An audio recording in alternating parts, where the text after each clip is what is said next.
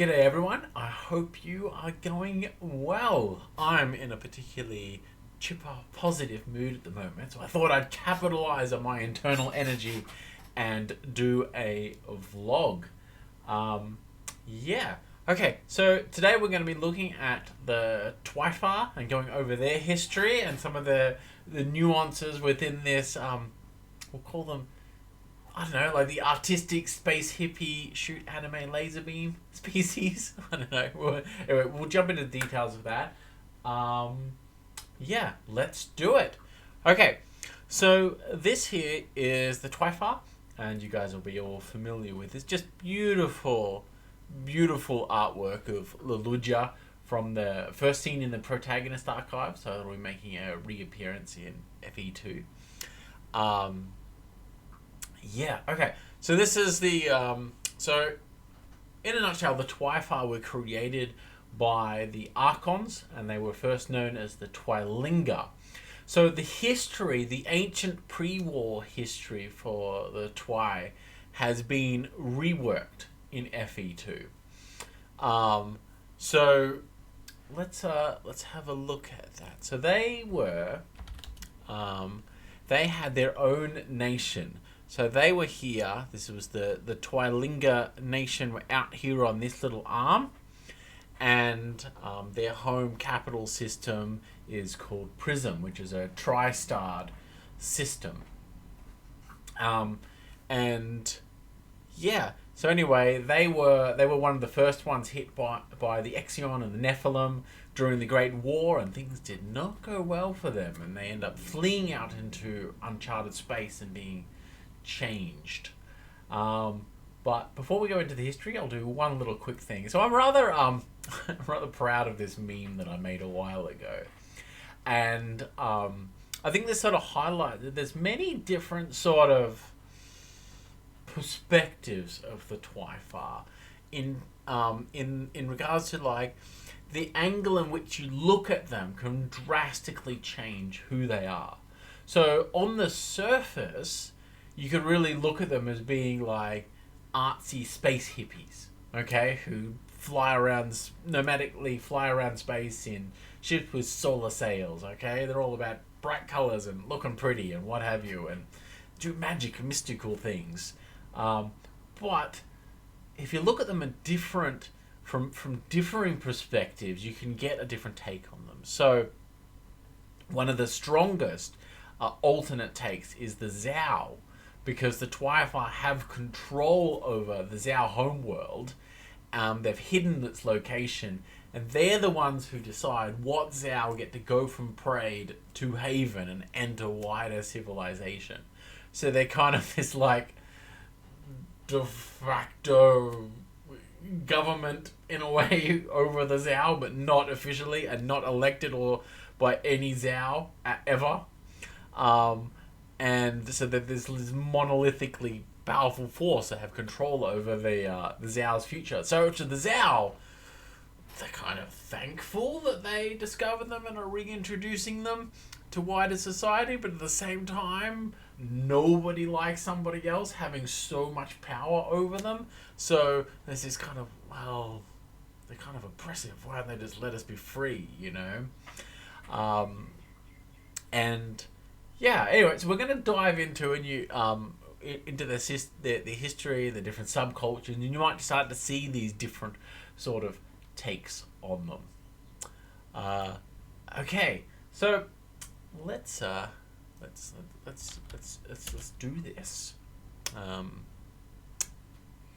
Cool.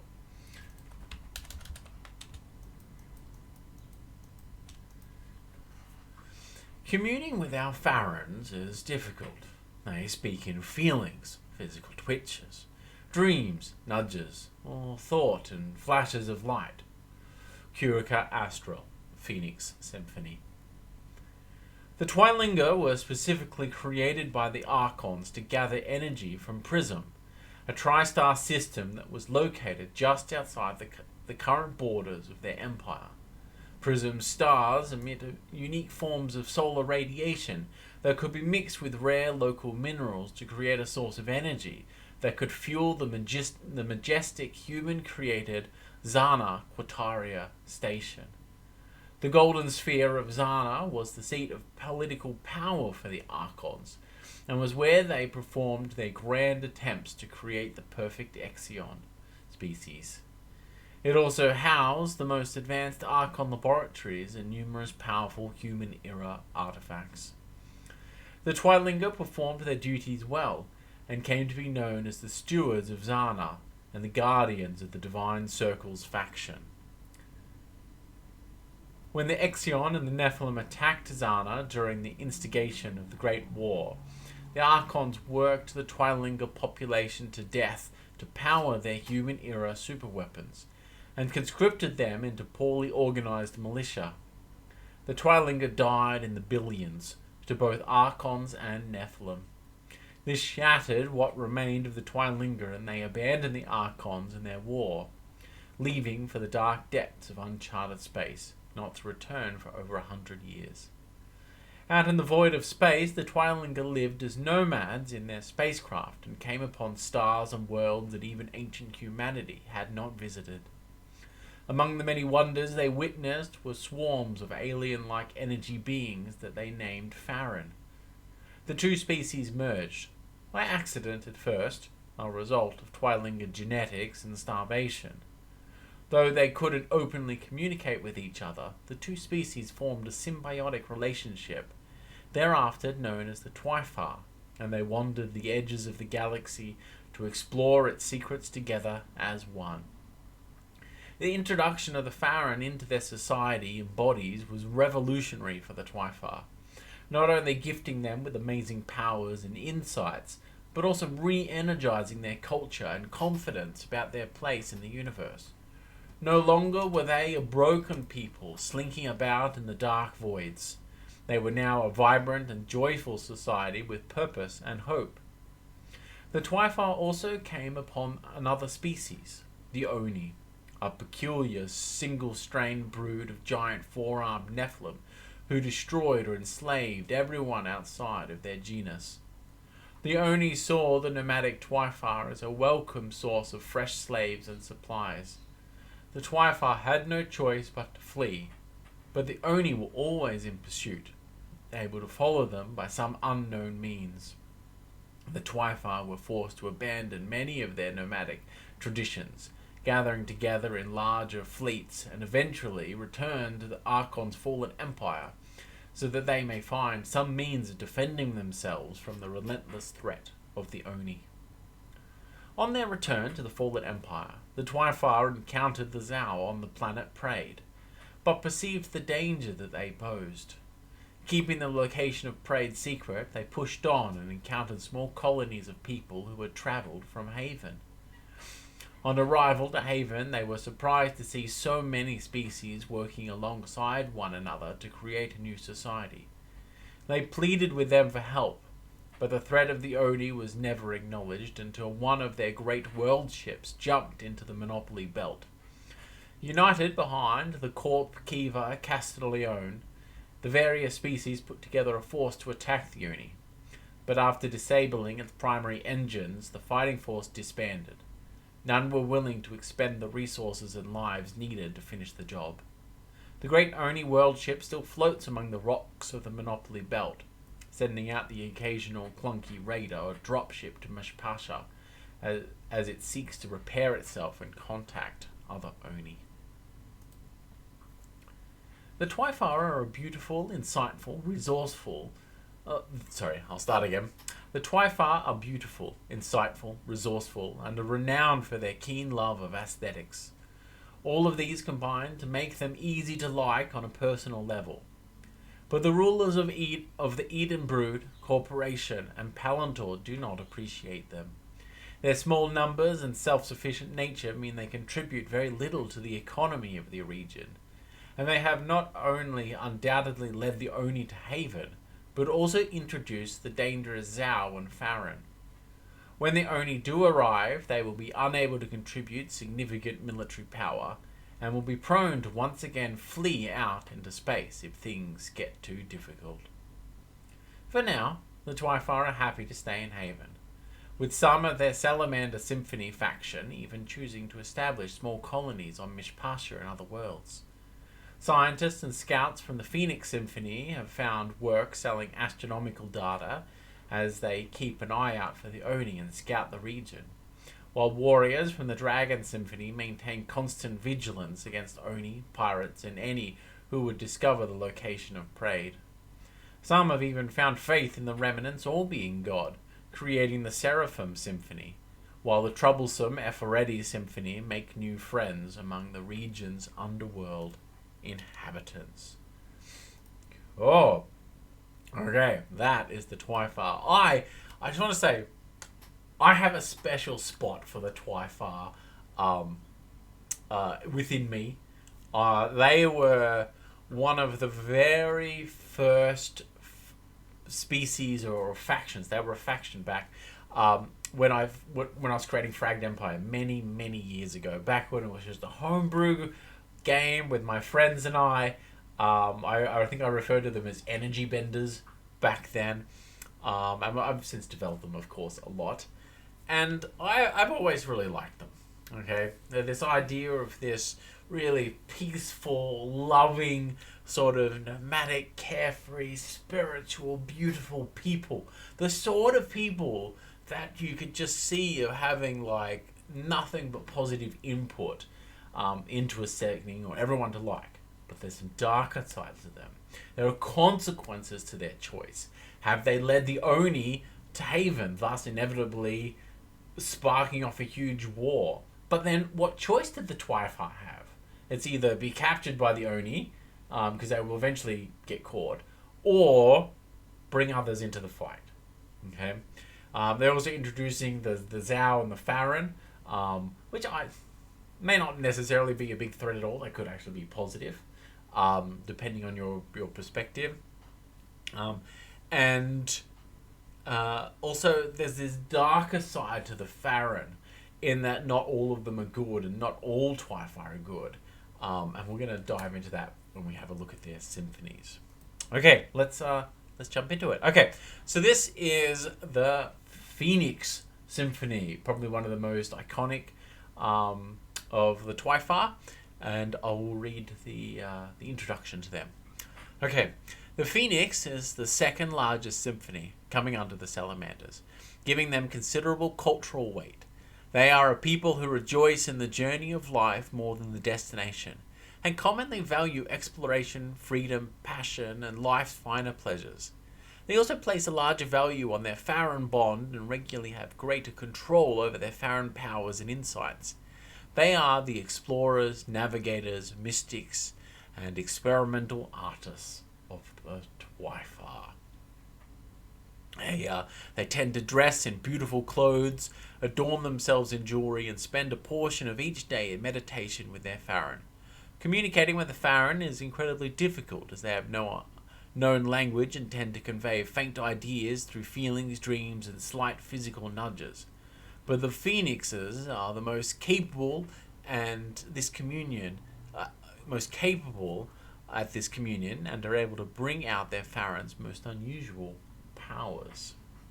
Oh, okay. So that's the Phoenix Symphony. They're explorers, the mystics of the Twyfar. The next group is the Dragon Symphony. So these are the warriors. The Dragon Symphony tend to resist change and firmly believe that the life of a Twyfar belongs among the stars as nomads. They have always been exceptional warriors, using their unique Frosilian martial art and combat pilot skills to great effect as defenders and trailblazers for the Twyfar fleets. But in recent years, they have become militarized as they prepare for war with the Oni. Dragons value order, tradition, balance, discipline, skill, and personal strength. So these are the martial artists, the combat people. They're also like the traditionalist faction in a way. And there's one slight little bit of lore here that talks about, even though they are the ones who think, we should maintain our way as nomads and things shouldn't change, as the Oni threat is rising, the Dragon Symphony is growing, And as they are growing, they are gaining increased influence over Twyfar culture and politics and economy. And that is inevitably bringing about its own change. Okay, so there's some tension in there that they are, despite being against change, are kind of causing it in a way. Okay, let's have a look at the Effereti Symphony. So this symphony was only mentioned very in passing in first edition, and so I'm fleshing them out a lot more in this edition. So this is the darker side of the Twyfar. Okay, the Effereti Symphony are made up of those that are unable and often unwilling to fit into wider Twyfar society. They are commonly formed when a Twilinga and a Farad merging does not go well, often because the Farad is too powerful, exotic, or one of the two is harbouring malevolent intent. They can also be formed after a Twyfar has suffered a traumatic event that damages the relational bond between their Twilinga and Farran halves. The best way to describe the relationship between most Effereti and their Farran is that it is abusive, with either the Twilinga or the Farran being the victim or the perpetrator. Okay, so an intrinsic part of the Twyfar is this merging of the two different species, okay, of the Farran and the Twilinga portions, and they merge when they're young, when they're a teenager. They go through this, basically, it's a process of, sort of attracting a Farran. So there's a lot more Farran than Twyfar. So you got lots of Farran sort of biting for the attention of Twyfar because they want to merge with them, or biting for the attention of a young Twilinga. And this relationship is harmonious for most Twyfar. But I don't think, but to sort of flesh out this relationship is this acknowledgement that not all relationships are good and healthy. We know in our own lives we have relationships with other people and they can go sour. And so this is an example of what happens with a Twyfar when that relationship goes sour within themselves because they are two entities in this one body. And so but also this souring is not always, despite it being sort of, I don't know, a bit more fun or dramatic if one of those halves is malevolent towards the other or has ill intent or maliciousness inside them. That's kind of probably the more classic and the common way of an Effereti being created, but sometimes it's just brokenness, pain, suffering. Something happens to one of them. They go through a traumatic event, or one of the halves makes a decision that the other cannot abide by, or it could be that they are, I don't want to say biologically incompatible, we'll say their natures are incompatible, in that maybe the Twilinga is not strong enough for the Farran, okay? Or maybe the Farran is just too weird, too strange, that it's not like other Farran and is unable to form that healthy connection with the Twilinga's body. And I don't just mean the body in terms of like muscles and blood, but also the brain, the mind. That is also an organic thing that the Farran merges in with. So I think there's some opportunities here for some interesting storytelling. Also, if you're going to have a Twyfar with a really weird power, they might most likely going to be an Effereti. Okay, they're not just all energy beams and having sort of spiritual wisdom. You can get weird stuff like, I don't know, maybe teleportation, or maybe like maybe a Farran's a psychic, or maybe there's some sort of time stuff going on. You can get really strange powers. So this kind of opens the box with that if the GM or a player wants to do something really weird. The Effereti could get there. Okay, let's have a look at some of these smaller symphonies. Now, I really wish that I had more room in the book to do a full flesh out of these. Hopefully we've raised lots of money in the Kickstarter, and I have plans to do to actually separate the lore book out into 2 lore books. If we can do that, that means I'm going to be able to expand this lore. And particularly, I would love to expand the Salamanders Symphony out. They got a lot more love in the Protagonist Archive in first edition. I had to make the choice to cut something down. Yeah. Okay, but let's have a look at these. So some of these are a little bit new and different as well. Okay, the Lampad Symphony. And you can see that these guys are less than 1% of the Twyfar. They are 0.13%. So very small symphony. Are known as the Farron Shepherds and Matchmakers of the Twyfar. They are strongly focused on the relationship between the two species, seek to live harmonious lives and value quality over quantity. The members of the tiny Lampad Symphony are few in number and only control one spacecraft of note, the Grand Hall in the Roost Fleet. The Roost Fleet is the big Twyfar fleet in the Haven system. They tend to spread themselves out among the other symphonies, except for the Seraphim Symphony, who do not respect their wisdom, and act as wild Farron shepherds, Farron healers, and facilitators of mergings. They are reimbursed handsomely for their services by other Twyfar, and will often live very comfortable lives with the very finest of material possessions and social influence. So these guys, these are the matchmakers, okay? But you got this idea of like, but they're not just the matchmakers like that. Oh, that little old lady who sort of lines up the children in the local village, who should marry who.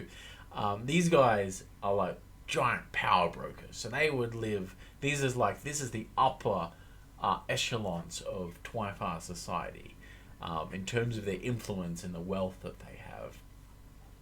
Also, a fun character idea.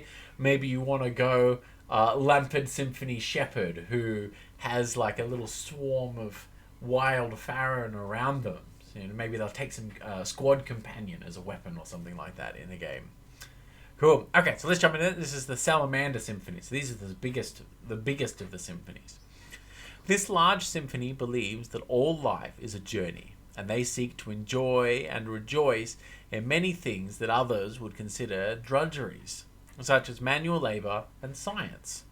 The Salamander Symphony values peace, family, community, and mastery over one's chosen craft. They are the scientists, technicians, hydroponic farmers of the Twyfar. To the frustration of the Dragon Symphony, they are also willing to abandon their nomadic lives to establish long-term colonies, such as those that have settled on the eastern frontiers of Mishpasha. The Salamanders have many close ties with other species, especially with the Kaltorans and Legion, who they see as kindred souls. So these guys are the workers of the Twyfar, okay? All about family, mastering one's own craft. They're the engineers. They keep the cogs turning. But they're also the scientists, which means they're the ones who are going to sit in the labs and do those big data analysis points, those massive reports, and write up big journals on their discoveries, and the patient ones of the Twyfar. The patient, stable, steady, constant. Okay, last one is a new symphony called the Seraphim Symphony. They are another very small symphony, though. This newly formed faction is often at odds with the other symphonies, as they are converts to the remnant All Faith and have differing values. They believe the Twyfar must cease their self-indulgent lifestyles and turn to the All-Being, and not the Farron, for guidance. They also believe the Twyfar should put down roots in Haven, grant the Zhao full self-governance, make a firm stand against the Oni, and not look down on those Twilinga who do not merge with the Farron.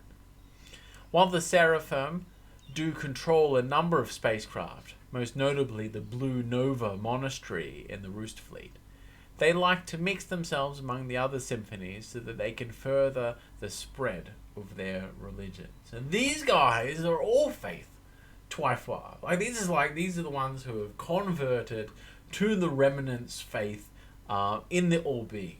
So, and because they're a new faction, I think they'd still be sort of establishing their culture and their trends and the different groups within that. So there's a little bit of an option there for some Twyfar with a differing perspective on things. Cool. Okay, so the last thing I want to have a look at is the Farron. Okay, so I particularly like this picture of the Farron because all other depictions of the Farron, most other depictions of the Farron, have them as this sort of floaty energy through space, whimsical, have any power. You know, they're kind of like the beautiful lights you might look at. But this picture shows that they can be dangerous. And the idea behind the Farron is that they are... I'm not going to... Okay. It is never canonical whether they are true aliens, but I'm going to use that word alien in the sense of strange and different and outsider kind of a meaning, in that the Farron are really weird. They don't fit any other classification of a creature or a species that we understand, because this runs contrary to the direction of all the other Fragged Empire species who all have their roots in humanity. Okay, humanity, genetic engineering, terraforming, that's how all the worlds came about and everything was made that populated those worlds. Whereas the Farron is this giant, big unknown. And I never will answer what my idea of what the Farron truly are. Okay? And the book puts forward some ideas of what they are with the intention of sort of encouraging GMs and PCs to think about this. So, they could be a truly alien creature. They could be from another dimension. It is possible they are humans. Maybe they're humans who've managed to energize their bodies and minds and sort of transcend in a way. Okay? Or they could be just something else really different. And the powers that they have also should be different and unique for your campaign. And so some example ones that I've got here is you got Energy Farron that absorb energy, and they're invulnerable to physical weapons, but physical weapons can slice them up into smaller bits. You've got Light Farron. So these are Farron that only exist when there is light. So if you turn the lights off, they cease to exist within our reality. And so like they could just move through walls and stuff like that. But if you shine a light directly on them, then they become sort of hard and solid in a way. And so you could do some very fun sort of horror or really tense, suspenseful type games with that, where the players have to start meddling around with turning the lights on and off at different times when you want the Farron to appear or not be there. So they're about to attack you, so everyone turns their lights off. You can't see, but also you can't be hurt. And then you've got this sort of mysterious Farron, who I've just called the Unknown. And this is like more like Farron, eldritch horrors that people struggle to fathom. Knowledge allows you to see their true nature, but you also grow in awareness of their terrible power. So this is this idea that the players will need to collect Farron-based knowledge as the campaign goes on. But as they gain knowledge, they also gain awareness and understanding. So it's kind of this eldritch horror type vibe to them. And yeah, so that's the Twyfar. I'm particularly proud of them. I think they are just a very interesting species who allow a lot of different types of characters and stories to be told. And now the winner of it, you can now start to see how all these different things could fit in. Okay, take care everyone. I hope you have a great